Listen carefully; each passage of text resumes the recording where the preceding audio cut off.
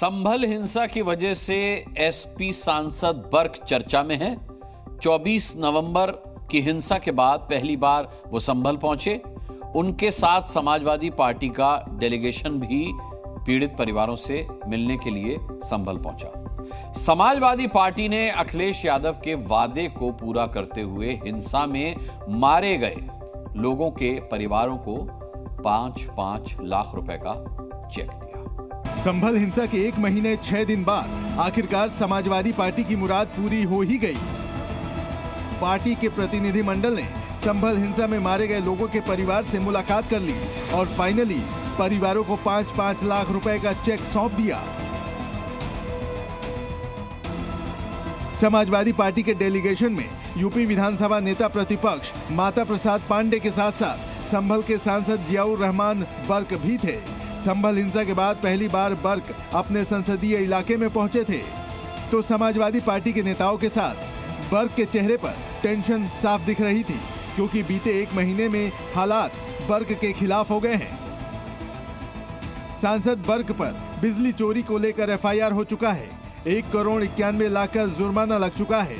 हिंसा उकसाने के आरोप में भी एफआईआर दर्ज है और तो और उनके अतिक्रमण पर बुलडोजर भी चल चुका है।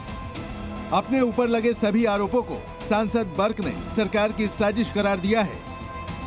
कल को ये भी कह सकते हैं कि पुलिस का डंडा खो गया तो उन्होंने सांसद जी ने चुरा लिया। कल को ये भी कह सकते हैं कि क्या कहते हैं मीडिया का कोई कैमरा चोरी हो गया तो सांसद जी ने चुरा लिया। इन लोगों से कोई भी ये सिर्फ और सिर्फ इस प्रकार के जो काम कर रहे हैं अपनी नाकामी को छुपाने के लिए इस टाइप की चीजों कर रहे हैं। अफसोस है, मैं पूछना चाहता हूँ, मैं यहाँ का नागरिक होने के साथ से सांसद हूँ, इस जनता का प्रतिनिधि हूँ। वैसे 22 नवंबर के जिस भाषण को लेकर सांसद बर्क पर एफआईआर दर्ज हुई है, अब भी वो अपने उस बयान पर कायम है। मुझे स्पीच दिखाइए कि जिसके अंदर कि मैंने गलत कहा हो, मैंने कानून के माध्यम का इस पर कहा था कि अच्छा मैंने ये अल्फाज कहा मस्जिद ही है और रहेगी तो क्या गलत था। प्लेसेस ऑफ वर्शिप एक्ट है, हमारे पार्लियामेंट का बनाया हुआ कानून है।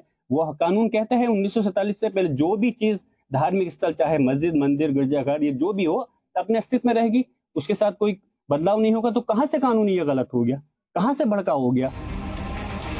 24 नवंबर को संभल की शाही जामा मस्जिद के सर्वे के दौरान जमकर हिंसा हुई थी, जिसमें 5 लोगों की मौत भी हुई थी। संभल पर हो रही राजनीति में बैरिस्टर ओवैसी ने भी सियासी तड़का मारा है।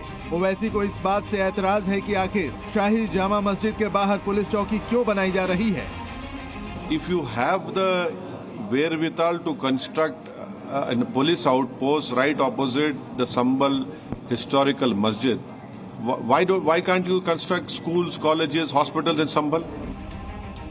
एक तरफ राजनीति है तो दूसरी ओर संभल में एक और प्राचीन विरासत को लेकर हिंदू संगठनों ने अपनी आवाज बुलंद कर दी है।